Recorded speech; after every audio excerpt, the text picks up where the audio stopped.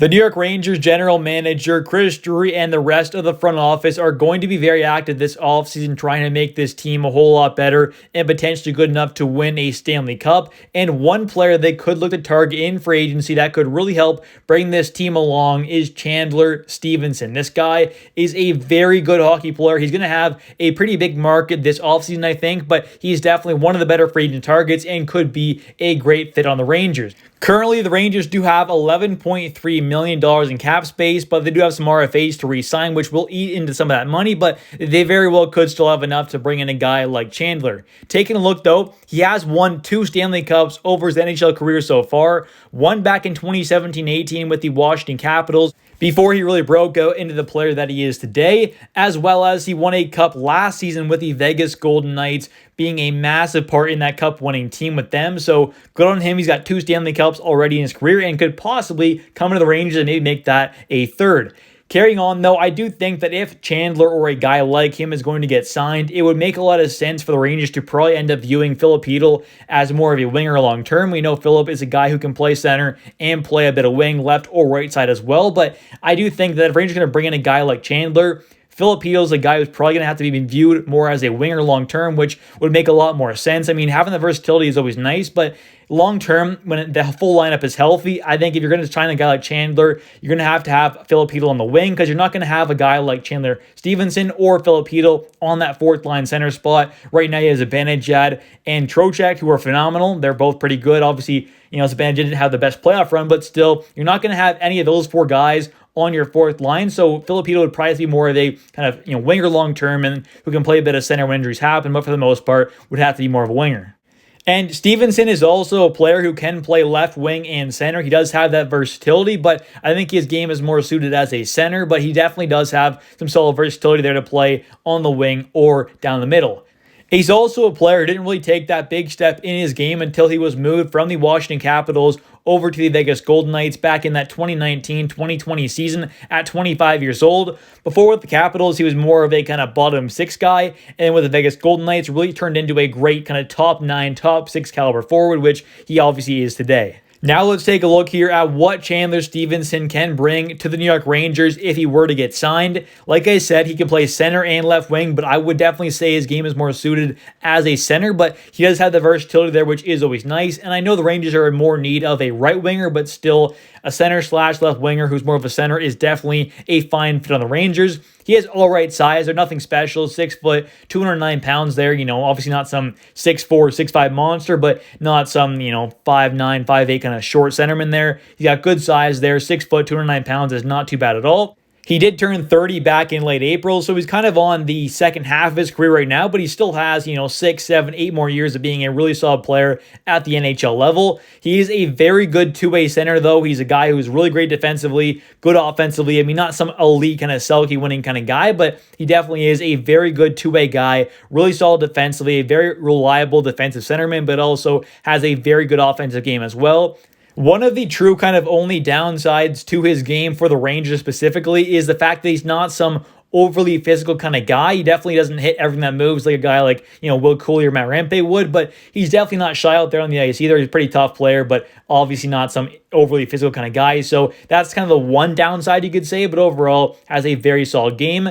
This season, though, he ended up having a phenomenal takeaway giveaway ratio like he has for the most part in his NHL career. He ended up having 41 takeaways, 18 giveaways, and 4 defensive zone giveaways, which is not too bad at all. And also had a face-off win percentage of 52.6. He is great on the draws and has a career face-off win percentage of 52.6, which is really good to see. Anything over 50% is very good, and he's definitely a very solid face-off guy, which would add to this already pretty solid face-off winning team.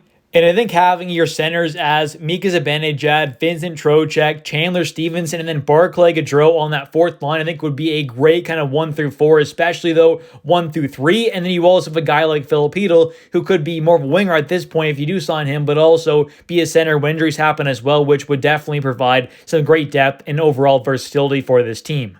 Chandler is also a very talented playmaker and definitely is a much better playmaker than a goal scorer, as he does only have one single 20-plus goal season over his NHL career so far, which is not ideal, but he still is a very talented offensive player. He can get a lot done at 5-on-5. We'll take a look at those numbers in a second, but I do think that the goal scoring is another kind of one little kind of issue there for him, but he is a great playmaker, so that definitely does kind of make up for that offensively. Taking a look at what his overall numbers here, he does have 75 games played, 16 goals, 35 assists for 51 total points this season. Last year in 2022-2023, ended up having 81 games played, 65 points, 16 goals, 49 assists. And then in 2021-2022, ended up having 79 games played, 21 goals, his only 20 goal season, 43 assists for 64 total points. So overall, offensively, he's a very talented player. The last 3 seasons has ended up with a 50-plus point total, which is very good to see. And one very nice stat that I really like to see with Chandler Stephenson is the fact that since he joined the Vegas Golden Knights back in 2019-2020,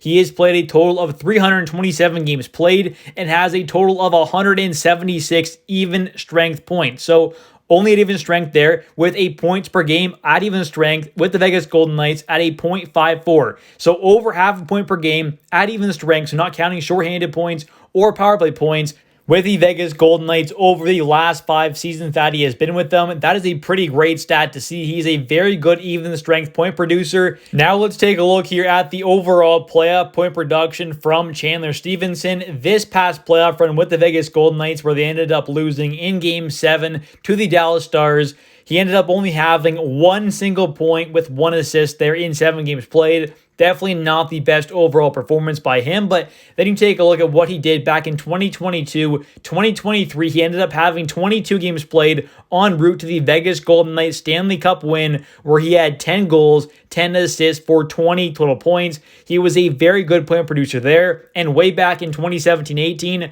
when the Washington Capitals won the Stanley Cup with Chandler Stephenson on that team, he ended up having 24 games played, 2 goals, 5 assists for 7 total points. So he's really only had one fantastic kind of playoff run throughout his NHL career so far. His career numbers, he has 95 games played in the playoffs, 15 goals, 24 assists for 39 total points. So under half a point per game isn't too amazing, but definitely not too bad either. He has had, like I said, that one phenomenal playoff run last season back in 2022-2023 when they won the Stanley Cup.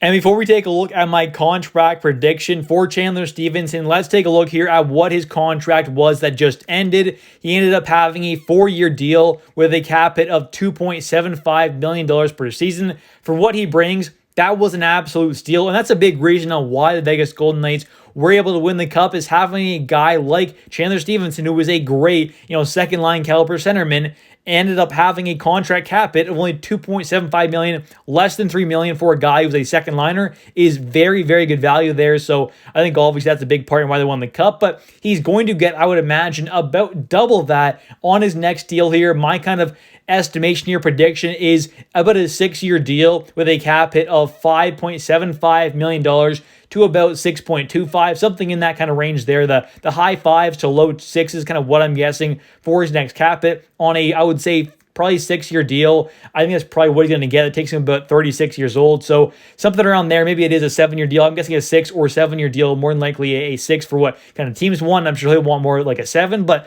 either way, 6-7-year deal at the high 5s to low $6 million range is kind of what my estimation is. Overall, though, I think Chandler is a very talented two-way centerman, good offensively, good defensively, can definitely help out on the penalty kill as well. He's a very good face-off guy, just an all-around great centerman, and would be a great add for this New York Rangers team. I also wouldn't be terribly shocked if it got more towards that mid-6 kind of range, but I don't think it would get much higher than that for his average annual value on his next contract. Anyways, though, thank you so much for watching. If you have enjoyed this video, please smash the like button. Don't forget to comment down below your thoughts on the Rangers possibly signing Chandler Stephenson, a 2-time Stanley Cup champion. And also, don't forget to subscribe for daily New York Rangers content as you post every single day. Thanks for watching. I'll catch you in the next one. Bye.